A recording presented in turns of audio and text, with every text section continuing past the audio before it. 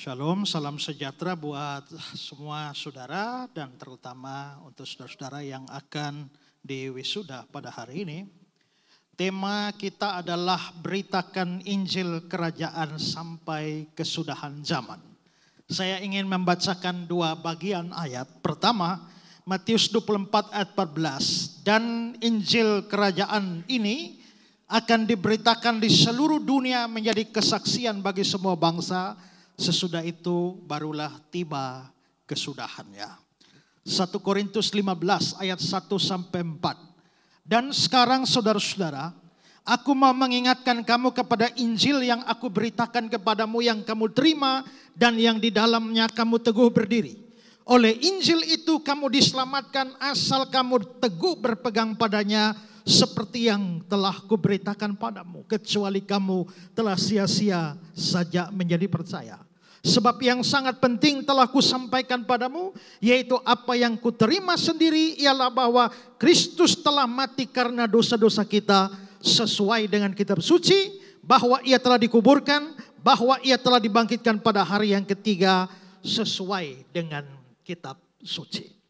Nah, saudara-saudara, tema yang diberikan oleh panitia untuk kita semua renungkan hari ini adalah beritakanlah Injil Kerajaan sampai kesudahan zaman. Ini tentu sesuatu yang sangat jelas, sangat tegas, memberikan sebuah amanat atau perintah kepada kita untuk memberitakan Injil Kerajaan sampai Tuhan Yesus datang kembali. Tema ini diangkat dalam acara wisuda ini, dan dengan demikian seolah-olah ini mau memberikan sebuah pesan khusus kepada saudara-saudara yang akan diwisuda hari ini, bahwa selanjutnya setelah ini seluruh hidup kalian itu hanya berkaitan dengan soal pemberitaan Injil. Apapun yang saudara lakukan, dimanapun saudara melayani, apapun bidang pelayanan, tapi pemberitaan Injil itu menjadi bagian terpenting di dalam pelayanan saudara sampai Tuhan Yesus datang kembali, atau paling tidak sampai saudara jadi almarhum atau almarhumah. Nah, saudara-saudara, beritakanlah Injil Kerajaan sampai kesudahan zaman. Saya ingin bicara soal pemberitaan Injil dan saya ingin angkat 3 hal pada pagi hari ini. Pertama-tama dan terutama adalah pahamilah secara benar apa itu Injil Kerajaan. Saudara disuruh beritakan Injil. Dan itu tidak bisa dilaksanakan kalau saudara tidak memahami secara benar apa itu Injil. Saudara-saudara, kata Injil dalam Perjanjian Baru berasal dari kata Yunani euangelion. Dan euangelion itu dari 2 kata. Eu artinya baik, artinya indah. Dan angelion itu artinya berita atau pesan. Eu itu artinya baik atau indah. Makanya ada orang namanya Eutikus di Kisah Rasul pasal 20. Eu itu baik, indah, beruntung. Tike artinya nasib. Sehingga Eutikus artinya nasibnya baik. Atau kita juga lihat di 2 Timotius ada orang nama Eunike. Eu itu baik, indah. Sedangkan Nike itu artinya kemenangan. Sehingga Eunike artinya kemenangan yang indah. Nah, karena itu euangelion itu artinya berita atau pesan yang baik. Berita atau pesan yang indah. Nah, saudara-saudara, di dalam konteks Yunani klasik, maka kata ini menggambarkan semua berita baik secara umum. Berita kemenangan dalam pertempuran namanya euangelion. Berita bahwa seorang anak telah dilahirkan ke dalam dunia namanya euangelion. Atau suatu berita apa saja, sepanjang itu mendatangkan sukacita, maka itu disebut sebagai euangelion. Dan dalam konteks agama Yunani dan Romawi, itu biasanya berkaitan dengan kabar baik tentang peristiwa-peristiwa yang berhubungan dengan para dewa. Nah, di dalam Perjanjian Baru, euangelion terutama merujuk kepada berita baik tentang Yesus Kristus. Jadi Injil itu harus berkaitan dengan Yesus Kristus. Makanya di Markus 1 ayat 1, inilah pemberitaan Injil tentang Yesus Kristus. Roma 1 ayat 3, ayat 1, 3 dan 4. Ayat 1 dikatakan untuk memberitakan Injil. Ayat 3 tentang anaknya. Ayat 4 Yesus Kristus Tuhan kita. Karenanya saudara-saudara, Injil harus berhubungan dengan Yesus. Maka semua ajaran moral, semua nasihat yang baik, semua perintah, semua larangan yang luhur, kalau itu tidak berhubungan dengan Yesus, maka itu bukan Injil di dalam perjanjian baru. Maka saudara-saudara, Injil itu adalah kabar baik tentang Yesus. Tapi kabar baik yang bagaimana? Kalau saudara mendapatkan kabar baik, Yesus itu penyembuh, saya sakit, dia sembuhkan. Apakah itu Injil dalam perjanjian baru? Bukankah Yesus menyembuhkan saya, itu juga kabar baik? Yesus memberkati saya, apakah itu juga kabar baik? Ya, tapi apakah itu euangelion dalam konteks perjanjian baru? Kalau saya kekurangan uang, lalu saya percaya Tuhan sanggup mencukupkan kebutuhan saya. Apakah itu adalah bukan kabar baik? Itu kabar baik. Tapi itu bukan euangelion di dalam pengertian perjanjian baru. Memang ada banyak kabar baik tentang Yesus. Tapi Injil itu secara khusus itu berhubungan dengan kabar baik tentang sesuatu yang dikerjakan Yesus melalui kematian, kebangkitannya yang menebus dan memperdamaikan manusia dengan Allah. Itulah sebabnya tadi dalam 1 Korintus 15 ayat 1 dan 4 sampai 4.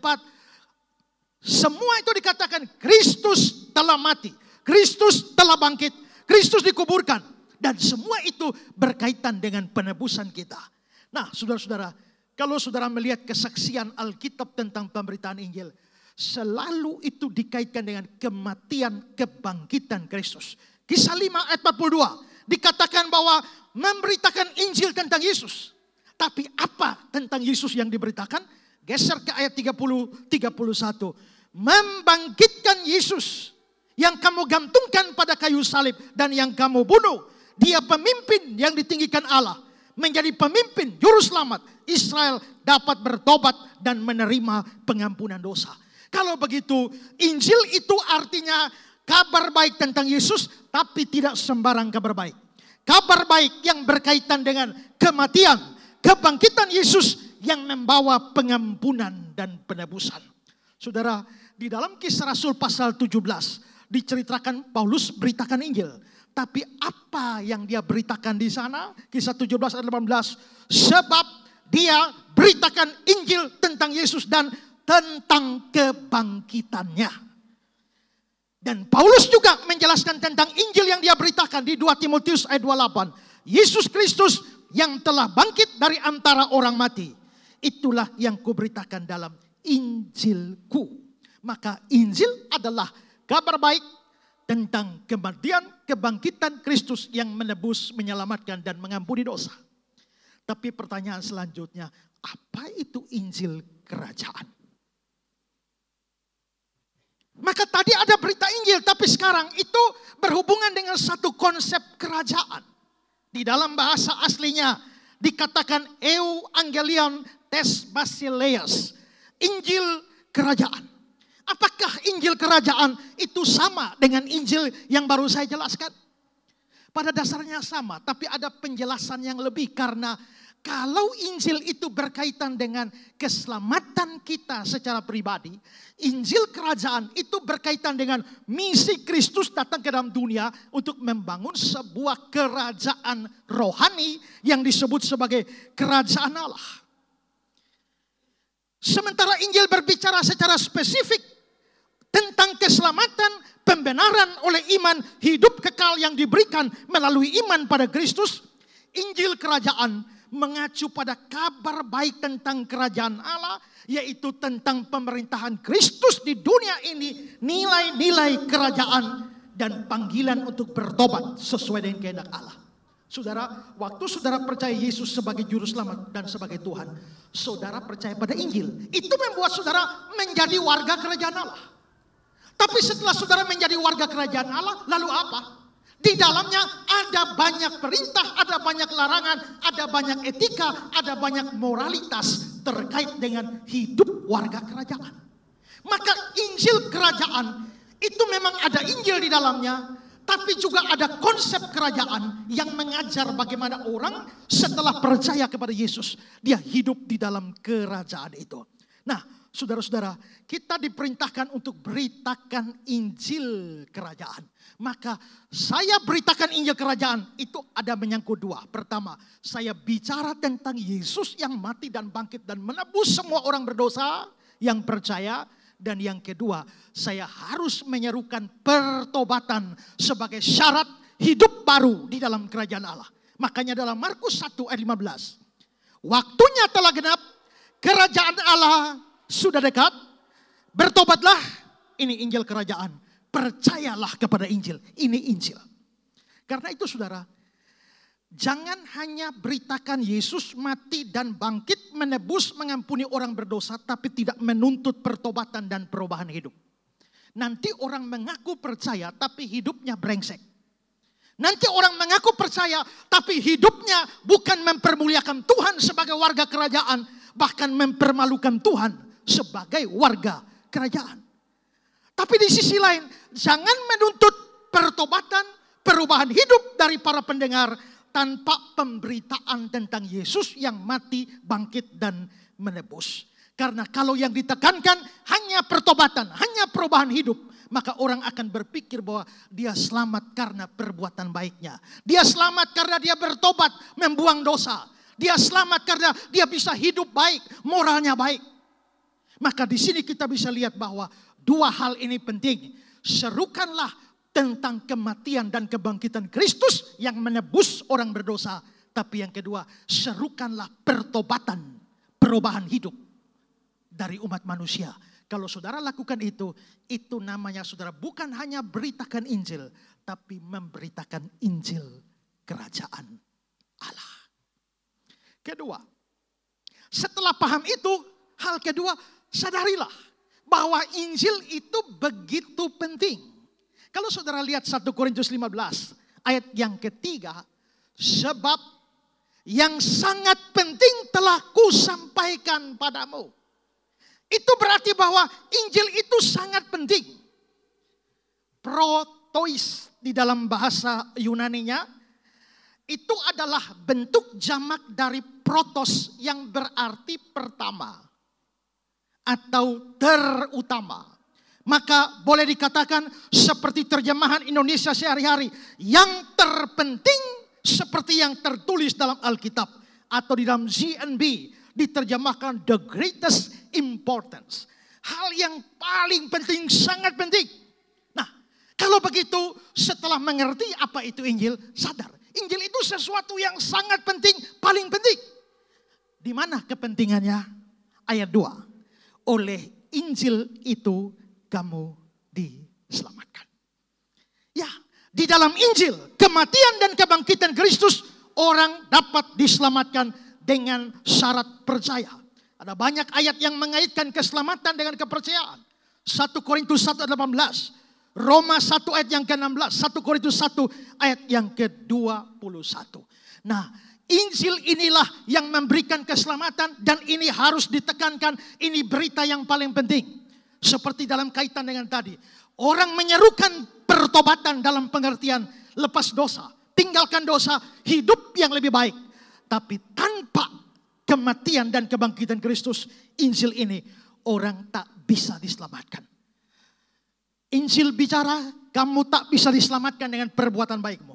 Bahkan saya sering berkata, bahkan kamu tidak bisa diselamatkan dengan bertobat. Kalau bertobat dalam pengertian berhenti berdosa. Maka ada seorang pendosa, kalau dia mati dia akan masuk neraka. Tapi kalau si pendosa berhenti berdosa, apakah dia akan masuk surga? Tidak, dia tetap masuk neraka. Ada seorang pemabuk, kalau dia mati masuk neraka. Bagaimana kalau dia berhenti mabuk? Dia tetap masuk neraka. Kenapa bisa begitu?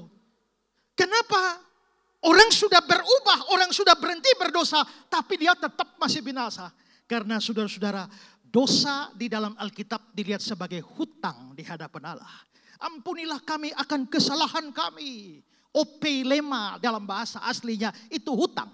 Maka kalau saudara lihat di dalam terjemahan Inggrisnya, dia gunakan kata debts, our debts. Ingat debts collector, penagih hutang.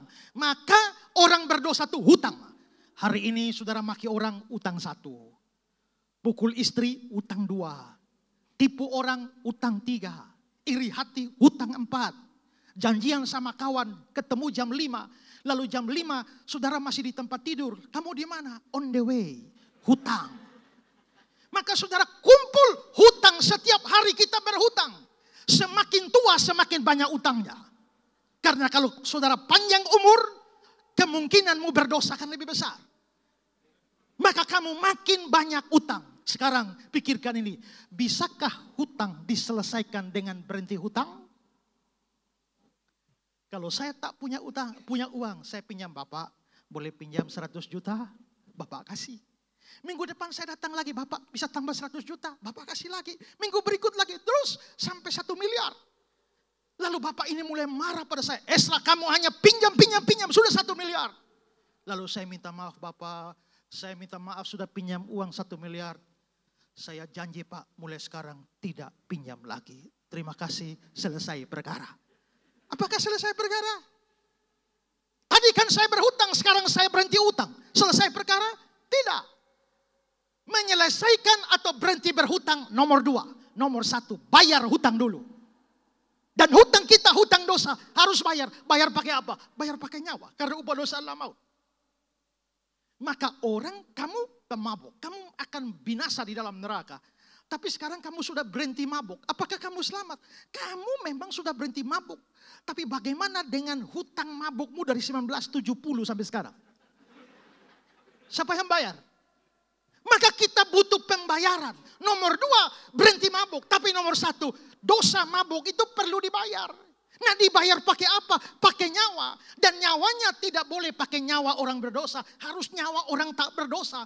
Dan cari dari ujung timur sampai barat kita tidak menemukan ada orang tak berdosa. Yang tak berdosa cuma Allah. Yang namanya manusia itu semua berdosa. Lalu bagaimana mendapatkan manusia yang tidak berdosa? Di sini ada manusia tapi berdosa. Di atas sana ada Allah yang tak berdosa tapi bukan manusia. Jadi bagaimana menghasilkan juru selamat manusia yang tak berdosa? Bagaimana kalau Allah itu jadi manusia? Tapi dia nggak boleh berhenti jadi Allah. Karena waktu dia berhenti jadi Allah, dia berdosa. Dia harus tetap Allah supaya suci. Tapi dia harus lahir dari seorang perawan, seorang perempuan supaya benar-benar manusia. Karena kalau tiba-tiba dia muncul dari pohon, ini manusia jadi-jadian. Dia muncul dari laut, ini manusia dari mana? Dia harus sungguh-sungguh manusia, harus tidak berdosa. Dan itulah sebabnya juru selamat satu-satunya. Dan dia membayar hutang dosa kita di atas kayu salib melalui kematiannya. Tetelestai. Sudah lunas, sudah genap. Setiap kali saya memikirkan itu saya bersyukur. Karena saya pikir seandainya di atas kayu salib Kristus berseru hampir selesai. Sebagian besar sudah selesai. Dan kita tanggung sebagian kecilnya. Syarat masuk neraka itu dosa 1. Karena upah dosa maut. Bukan upah dosa maut. Upah dosa, 1 dosa. Kamu masuk neraka. Karena itulah ini berita Injil. Kalau saudara rajin beritakan Injil. Tapi tidak beritakan tentang. Saudara rajin beritakan firman melayani. Tapi berita tentang Injil tidak ada. Saudara mengabaikan sesuatu yang sangat penting. Saya khotbah di sebuah gereja yang besar sekali. Ribuan orang. Saya bicara tentang Yesus Juru Selamat. Setelah itu sekretaris gereja datang pada saya. Pak, seumur hidup jadi Kristen baru hari ini saya mengerti Yesus Juru Selamat. Dan selama sejarah gereja ini belum pernah ada orang bicara Yesus Juru Selamat. Lalu bicara apa? Pokoknya bicara bagaimana kita jadi orang Kristen yang baik. Itu kamu bicara soal kerajaan. Tapi soal Injilnya kamu abaikan. Berarti kamu tidak bicara Injil kerajaan. Saudara-saudara, hari ini ada banyak orang mengaku melayani. Bikin KKR kesembuhan ilahi. Tapi ada Injil diberitakan di sana. Yesus mati, bangkit, menebus. Ada? Tidak ada. Satu kali ada iklan di Kupang sana. Hadirilah acara KKR yang sakit disembuhkan. Tuli mendengar, buta melihat, lumpuh berjalan. Yang hutang banyak itu diselesaikan. Krisis ekonomi ditangani. Saya lihat tidak ada pembicaraan tentang dosa. Maka saya komentar di sana, ini bukan KKR tapi KKJ, bukan kebaktian kebangunan rohani, kebaktian kebangunan jasmani. Apakah kita tidak butuh Yesus sebagai penyembuh? Kita butuh. Apakah kita tidak butuh Yesus penolong? Yesus memberi berkat? Kita butuh. Tapi kalau yang kurang penting terlalu ditekankan, yang penting biasanya terabaikan. Saudara, kalau saudara nonton tinju, biasanya antar ronde itu ada apa? Perpindahan dari ronde 1 ke ronde 2. Ronde 2 ke ronde 3. Ada apa? Ada papan penunjuk ronde bukan? Siapa yang bawa? Ada cewek bukan? Yang nyaris telanjang bukan? Sebenarnya cewek itu muncul di sana untuk apa tujuannya? Untuk menunjukkan kita mau masuk ronde berapa. Ya kan? Itulah sebabnya dia bawa papan ronde.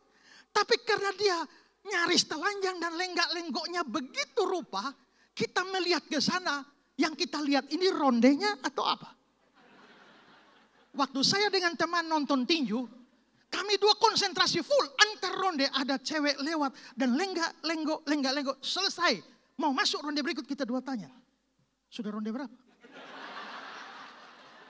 Dia tanya, sudah, padahal kita dua mata di sana. Dia tanya, sudah ronde berapa? Saya bilang, saya juga tidak tahu. Lalu yang kita dua lihat tadi apa sebenarnya? Tujuan utama dia muncul di situ adalah papan penunjuk ronde. Tapi yang minor itu ditekankan sedemikian rupa lenggak-lenggoknya sampai yang paling penting terabaikan. Kamu bisa bicara hal yang lain, tapi kamu jangan lupa Injil itu menurut Paulus sesuatu yang sangat penting.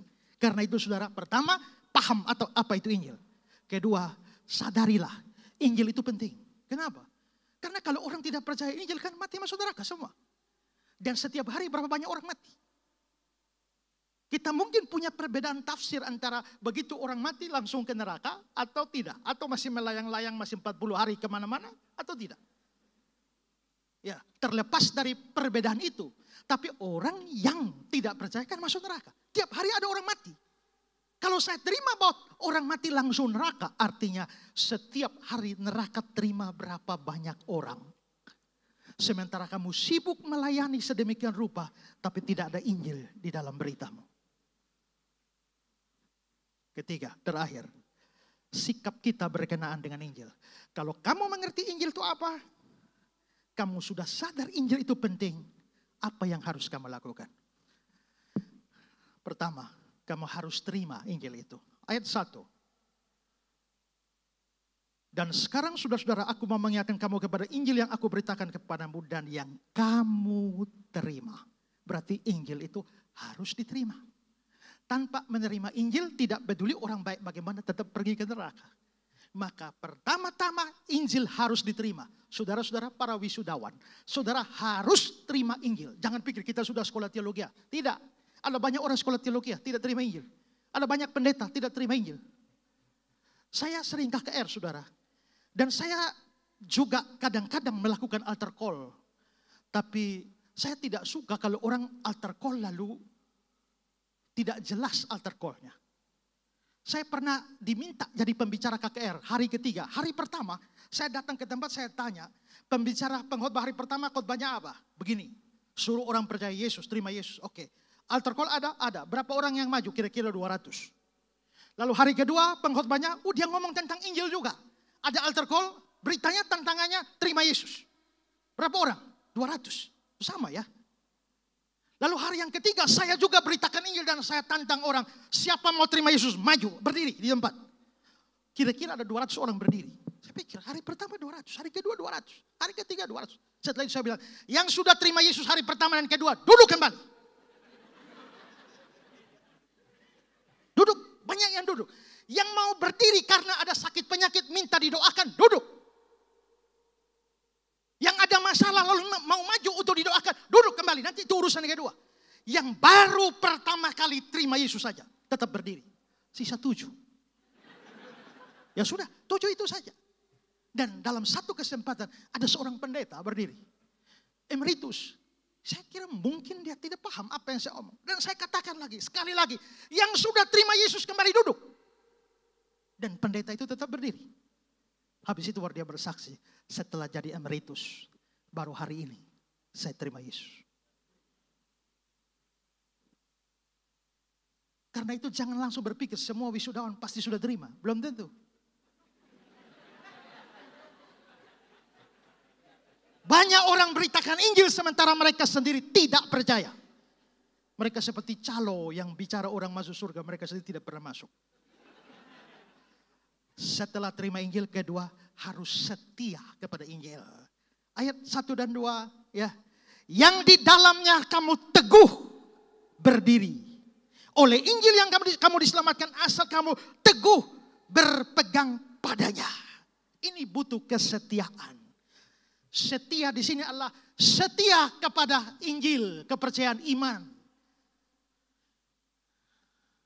Kemarin saya S1 dari satu sekolah di Malang. Dan kemarin dalam grup alumni ada yang posting bahwa salah satu alumni kami menjadi mualaf. Saya pernah di dalam sebuah perdebatan melawan grup Islam, saya lupa apa. Tapi pada waktu acara break tiba-tiba mau masuk, MC-nya bilang bahwa hari ini kita kedatangan tamu spesial. Kan saya yang berdebat lawan Islam. Lalu moderatornya bilang hari ini kita kedatangan tamu spesial, sahabat dekat dari pendeta Esra Soro yang sama-sama di sekolah teologi dan sekarang jadi mualaf. Saya heran, siapa sahabat dekat saya? Ya. Sementara makan siang tiba-tiba ada seorang datang dan dia bilang, "Halo Kak Esra." Saya tanya, "Kamu siapa?" Begitu dia buka kerudungnya, astaga, "Kamu jadi Islam?" "Iya Kak." Dia bilang, "Puji Tuhan Kak, saya dapat pencerahan." Mereka tidak setia. Tapi juga tidak setia ini bisa jadi tidak setia kepada berita itu. Banyak berita Injil yang diselewengkan hari ini. Seperti social gospel dan lain sebagainya. Tentang Injil kemakmuran. Semua adalah Injil yang lain. Kamu harus teguh berpegang. Dan paling terakhir, kita setelah terima, setia, ketiga harus beritakan Injil. Nah, ini yang sesuai tema kita. Beritakan Injil sampai kesudahan zaman. Kalau saudara sungguh-sungguh menyadari Injil sesuatu yang sangat penting dan hanya melaluinya dan itu satu-satunya cara manusia diselamatkan, maka tidak bisa tidak Injil itu memang harus diberitakan. Kecuali saudara mau banyak orang masuk neraka. Paulus menyadari betapa pentingnya Injil ini bagi keselamatan setiap orang. Karenanya dia beritakan itu dengan giat. Perhatikan teks kita ayat 1. Ada kata-kata Injil yang aku beritakan padamu. Lalu ayat 3 bagian akhir. Sebab yang sangat penting telah ku sampaikan padamu. Lalu beberapa ayat setelah itu yaitu ayat 12 dia bilang. Jadi bila mana kami beritakan bahwa Kristus dibangkitkan dari antara orang mati dan seterusnya. Berarti di sini konteksnya menunjukkan memang Paulus beritakan. Setelah dia kasih tahu Injil itu apa. Tekankan bahwa Injil itu sesuatu yang penting. Lalu dia sendiri tunjukkan dia beritakan Injil itu kepada orang-orang Korintus. Bahkan dia kerja keras untuk itu. Di pasal 15 ayat 10. Sebaliknya aku telah bekerja lebih keras daripada mereka semua. Dan seterusnya. Saking pentingnya Injil, maka Paulus beritakan berulang-ulang bahkan kepada orang yang sama. Sekarang lihat ayat 1. Dan sekarang, saudara-saudara, aku mengingatkan kamu kepada Injil yang aku beritakan kepadamu dan yang kamu terima. Aku mengingatkan kamu kepada Injil yang kuberitakan. Artinya Injil itu sudah pernah diberitakan. Yang di ayat 1 ini dia hanya mengingatkan kembali. Itu berarti bahwa Paulus kepada orang Korintus dia tidak beritakan Injil satu kali. Bahkan terus berkali-kali dia beritakan Injil.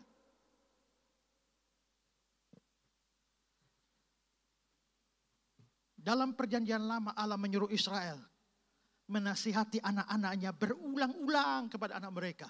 Karena itu penting. Dan karena Injil itu begitu penting harus berulang-ulang. Ingat sekali lagi, setiap saat banyak orang akan masuk neraka karena tidak menerima Injil. Banyak orang antri menuju neraka. Mungkin dalam antrian itu ada mamamu, ada bapak, ada istrimu, ada oma opamu dan sebagainya. Rajin beritakan Injil. Penginjil kami yang ada di Sumba cerita, dia beritakan Injil kepada neneknya, omanya yang masih kafir. Setelah bicara panjang lebar tentang Yesus, maukah oma percaya Yesus? Kalau oma percaya Yesus, oma akan masuk surga. Tiba-tiba oma tanya, lalu kau punya opa sudah mati. Kau punya opa itu masuk surga apa neraka? Karena opa meninggal tidak percaya Yesus, maka si anak menjawab, kalau opa tidak percaya jadi opa masuk neraka.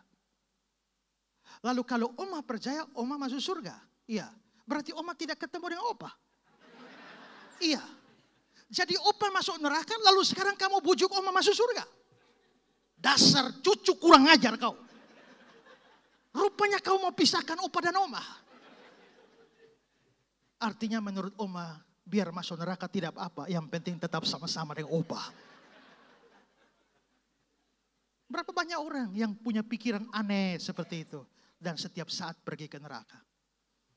Kamu harus rajin beritakan. Dan saya paling rajin beritakan Injil dimanapun. Saya khotbah, saya mengajar, termasuk saya debat dengan orang-orang Islam terakhir yang debat di Surabaya. Ada banyak orang Islam, saya berdiri di sana dan kalian semua ini orang pemberontak. Sama seperti saya. Orang berdosa sama seperti saya. Tapi kita beda. Saya punya juru selamat, kalian tidak. Saya heran kalian bisa tidur dengan tenang malam ini tanpa punya juru selamat. Kalau hari ini Tuhan cabut nyawamu, kau langsung ke neraka. Jadi kalau mau percaya Yesus, percaya sekarang. Tanggal 3 Mei kemarin, papa saya meninggal dunia. Tapi kurang 2 minggu dari papa saya meninggal. Waktu dia cat rambut saya, dia bilang, dia panggil saya kakak. Dia bilang, kakak, kalau bapak meninggal, maukah kakak yang berkhotbah dan memakamkan bapak? Saya menolak. Tapi 2 minggu kemudian memang dia meninggal. Saya bicara dengan pihak gereja di mana bapak saya berbakti. Dan mereka izinkan saya untuk berkhotbah. Kira-kira ada sekitar 2.000-an orang datang pada pemakaman itu. Semua kenalan termasuk yang jilbab semua ada di situ. Dan saya bicara Tuhan gembalaku yang baik. Mazmur 23. Ada janji-janji di sana. Ada janji pemeliharaan. Ada janji penyertaan. Tapi yang terakhir, aku akan diam dalam rumah Tuhan sepanjang masa. Rumah Tuhan mana yang Daud maksudkan? Tak mungkin bait Allah. Kenapa? Karena waktu Daud hidup bait Allah belum ada. Lalu sekarang juga bait Allah sudah tidak ada. Bagaimana sepanjang masa? Berarti Daud tidak memaksudkan rumah Tuhan di dunia ini. Pasti rumah Tuhan di surga. Maka ini adalah janji keselamatan. Janji untuk mencukupi, memberkati. Janji menyertai. Dan janji keselamatan. Dan saudara-saudara, janji itu bagus kan? Bagus. Tapi jangan kira saudara bisa terima semua janji itu. Karena Tuhan gembala yang baik, tapi dia gembala domba, bukan gembala kambing. Matius 25, orang percaya domba, orang tidak percaya kambing. Kalau saudara semua yang hadir di acara pemakaman ini domba, bersyukurlah. Tapi kalau ada kambing di sini, abaikan berita yang saya sampaikan, karena itu tidak berlaku bagimu. Kecuali kamu mau percaya hari ini. Karena itu yang belum percaya, percayalah. Tapi yang pernah jadi mualaf, kembalilah. Keluarga saya tahan napas karena keluarga besar banyak yang mualaf. Tapi saya beritakan Injil. 5 menit terakhir. 1 kali dalam pelayanan Karote. Saya diminta, ada orang yang sudah sakit dan tak bisa disembuhkan. Bolehkah Pak Esra pergi menginjili? Saya pergi. Dan saya harus membuktikan bagi orang itu kalau dia sadar, dia butuh juru selamat, dia orang berdosa, dia butuh juru selamat. Maka saya bilang, Bapak, kita semua ini adalah orang berdosa. Bla bla. Mungkin kita berdosa. Tiba-tiba dia bilang, saya tidak berdosa. Saya kaget, biasanya orang sadar dosa. Ini tidak. Lalu saya bilang, mungkin Bapak pernah menipu? Dia bilang, tidak. Mungkin Bapak pernah mencuri? Tidak. Atau mungkin Bapak pernah pukul istri, maki istri? Tidak. Atau mungkin Bapak pernah bolos dari gebak? Tidak. Ini orang rasa diri tidak berdosa. Saya sampai berdoa dalam hati, Tuhan tolong bagaimana bukakan dia bahwa dia orang berdosa. Bapak mungkin pernah mencuri orang punya barang, orang punya binatang. Dia bilang tidak. Saya sudah hampir kehilangan akal. Tiba-tiba dia bilang, begini, saya memang tidak pernah mencuri. Hanya teman-teman yang mencuri kambing dan saya hanya ikut makan. Nah itu dia sudah. Nah itu tuh yang bikin Bapak masuk neraka. Ya, dan setelah itu saya beritakan Injil tentang Kristus yang menebus. Dan kalau Bapak percaya Yesus, Bapak akan selamat masuk surga. Lalu dia tanya saya, Pak, saya mau tanya Pak Pendeta, nanti Pak Pendeta juga masuk surga? Oh iya, karena saya percaya Yesus, sama dengan saya. Sama. Setelah itu saya pamit pulang dan waktu saya sudah di halaman rumah dia bilang, Pak Pendeta, diangkat tangan. Sampai jumpa di surga. Kalau saudara lihat foto ini, ya ini adalah foto Bapak Lazarus Rondo yang pernah berseru kepada saya, sampai jumpa di surga. Injil itu dipahami, sadarilah Injil itu penting, lalu setia pada Injil, terima Injil, setia Injil, dan rajinlah beritakan Injil. Beritakan Injil kerajaan Allah sampai kesudahan zaman. Tuhan memberkati saudara. Amin. Tuhan, terima kasih kami sudah dengar firman. Biarlah ini boleh melengkapi semua kami, terutama para wisudawan, dan siap menjadi penginjil-penginjil di ladang dunia ini yang sudah menguning. Dalam nama Yesus kami berdoa.